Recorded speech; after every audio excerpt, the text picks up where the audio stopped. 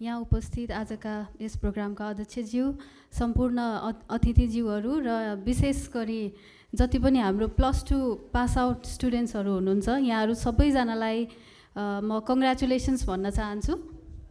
र सरले मेरो सानो इन्ट्रोडक्सन त दिइसक्नुभयो, म थोरै थप्न चाहन्छु त्यसमा। म रिलायन्स कलेजको 2068मा चाहिँ आज तपाईँहरू जुन पोजिसनमा हुनुहुन्थ्यो, म पनि त्यसरी नै भर्खरै +2 पास आउट थिएँ 2068मा। कति वर्ष भइसक्यो आफै क्यालकुलेट गर्नु हजुरहरूले।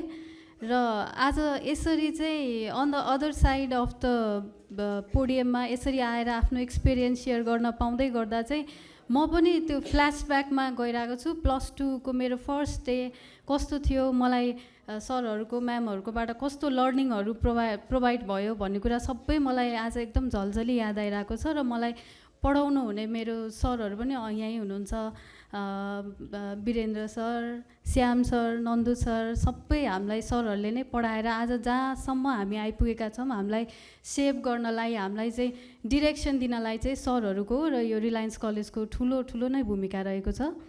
र मेरो इन्ट्रोडक्सन दिनुपर्दाखेरि म पेसाले चार्टर्ड अकाउन्टेन्ट, म चाहिँ 2017 लगभग 9 वर्ष भयो म पास भएको, चार्टर्ड अकाउन्टेन्ट पास भएको।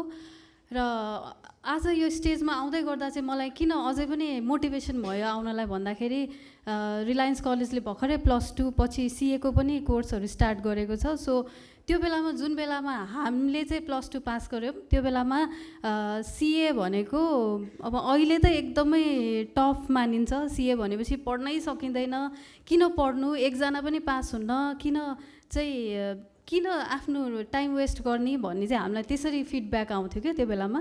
त्यो बेलामा फेरि हामीलाई करियर काउन्सिलिङ गर्ने, गाइडेन्स गरिदिने सिएहरू पनि धेरैजना हुनुहुन्थेन।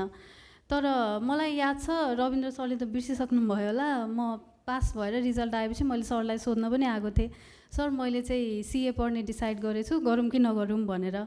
सो सरले त्यो बेलामा मोटिभेट गरेर गर, पढ्यो भने भइहाल्छ नि, यदि 10जना पनि पास हुन्छ भने 10जनामा म पढ्छु अथवा मैले पनि सक्छु भनेर त्यसरी चाहिँ लाग्यो भने केही पनि इम्पोसिबल छैन। अनि अर्को एउटा कुरा मैले जोड्न चाहेँ, अब तपाईँहरूलाई चाहिँ यस्तो लागिरह होला, पहिला चाहिँ एसएलसी सकिएपछि सबै सक्यो, आइरन गेट हो भनेर भन्थ्यो, फेरि अब +2 सकिएपछि +2लाई नै आइरन गेट भनेको छ, के हो, कहिले सकिन्छ यो पढाइको सिलसिला, कहिले चाहिँ हामी अलिकति खुल्ला हुन्छौँ, ढुक्क हुन्छौँ जस्तो लागेको छ होला। तर मेरो पोइन्ट अफ भ्यू चाहिँ +2 पछि जुन डिसिजन लिनुहुन्छ, +2 पछिको जुन करियर पाथ चाहिँ तपाईँहरूले चुज गर्नुहुन्छ, त्यसले नै तपाईँको फ्युचरलाई चाहिँ सेभ गर्ने हो।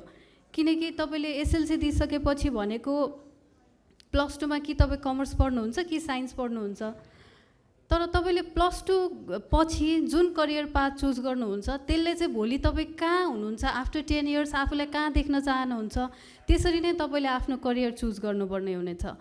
र एज अ चार्टर्ड अकाउन्टेन्ट मैले अब अरू कोर्सको बारेमा त धेरै वकालत गर्न अथवा त्यसलाई चाहिँ प्रमोट गर्नुभन्दा पनि आफ्नै प्रोफेसनको बारेमा अलिकति थोरै भन्न चाहन्छु। यहाँ कतिजना हुनुहुन्छ म सिए पढौँ कि नपढौँ भनेर अलमल भएर बस्नुभएको? 1 जना, 2 जना, धेरैजना अलमल हुनुहुन्छ, बिस्तारै हात उठ्दैछ है। तपाईँलाई 1% पनि लाग्छ कि मैले पढ्न सक्छु अथवा मलाई चाहिँ एकदमै पढ्न मन लाग्छ भने तपाईँले सेकेन्ड थर्ड एकचोटि पनि नसोच्नु। अघि सरले देखाउनु भएको त्यो फी स्ट्रक्चर, त्यो नै हेर्नुहुन्छ भने पनि आजको दिनमा one of the most renowned, एकदमै तपाईँलाई रेस्पेक्ट पाउनुहुन्छ जुन प्रोफेसनबाट। ह्याभिङ सेड द्याट अरूबाट पाउनुहुन्न भन्न खोजेको होइन, मैले एज अ चार्टर्ड अकाउन्टेन्ट आफ्नै प्रोफेसनको बारेमा अलिकति भनिरहेको छु। त्यो चार्टमा हेर्दाखेरि पनि तपाईँको सेकेन्ड कम फिजमा चाहिँ तपाईँले क्वालिफाई गर्न सक्ने प्रोफेसन अथवा सब्जेक्ट भनेको चाहिँ सिएको सब्जेक्ट रहेछ। सो सिए इज फर एभ्री वान। एकदमै तपाईँसँग धेरै चाहिँ के अरे फाइनेन्सियली स्ट्रङ हुनुपर्छ भन्ने पनि छैन। The only thing you need is, म चाहिँ भोलि जस्तो सुकै सिचुएसन आए पनि गिभ अप गर्दिनँ, मलाई चाहिँ सिए बन्नु छ, म जसरी पनि बन्छु भनेर तपाईँलाई 1% पनि लागेको छ भने चाहिँ गो फर इट भन्न चाहन्छु म। किनभने हाम्रो एकजना जो स्पिकर हुनुहुन्छ, हाम्रो नोबेल ब्याङ्कको सिइओ सर ठ्याक्कै आइपुग्नु भयो, मनोज गेवाली सर, उहाँ पनि चार्टर्ड एकाउन्टेन्ट हुनुहुन्छ र उहाँलाई चाहिँ हामीले आज as a CEO of Nobel bank भन्दै गर्दा भोलि चाहिँ गभर्नरको रूपमा देख्छौँ मैले र हाम्रो फ्रेटर्निटीको सबैजनाले। सो यस्तो एउटा यो चार्टर्ड एकाउन्टेन्ट भनेको चाहिँ not only auditor, not only signing, तपाईँको लागि भोलि गएर धेरै नै अपर्च्युनिटिज हुन्छ, धेरै नै रेस्पेक्ट हुन्छ। So if you are thinking to go for it, I would say go for it. एकचोटि पनि नसोच्नु। अझै फर्दर केही काउन्सिलिङ चाहिन्छ भने नट ओन्ली दिस प्लेटफर्म, म जहिले पनि अभाइलेबल छु। सोसियल मिडियामा कनेक्ट भएर अथवा तपाईँलाई अझै पनि जान्न मन छ भने I am always available for that. अब यति भन्दै तपाईँहरूको फ्युचरको लागि बरु एक हप्ता बसेर सोच्नु के हुनसक्छ अपर्च्युनिटिजहरू, के चाहिँ कुन करियर पाथ चाहिँ मैले अवेल गर्न सक्छु भनेर एक हप्ता बसेर सोच्नु, किनकि त्यो एक हप्ताले चाहिँ तपाईँहरूको फ्युचर नै डिसाइड गर्छ। So congratulations to all of you and best wishes. Thank you.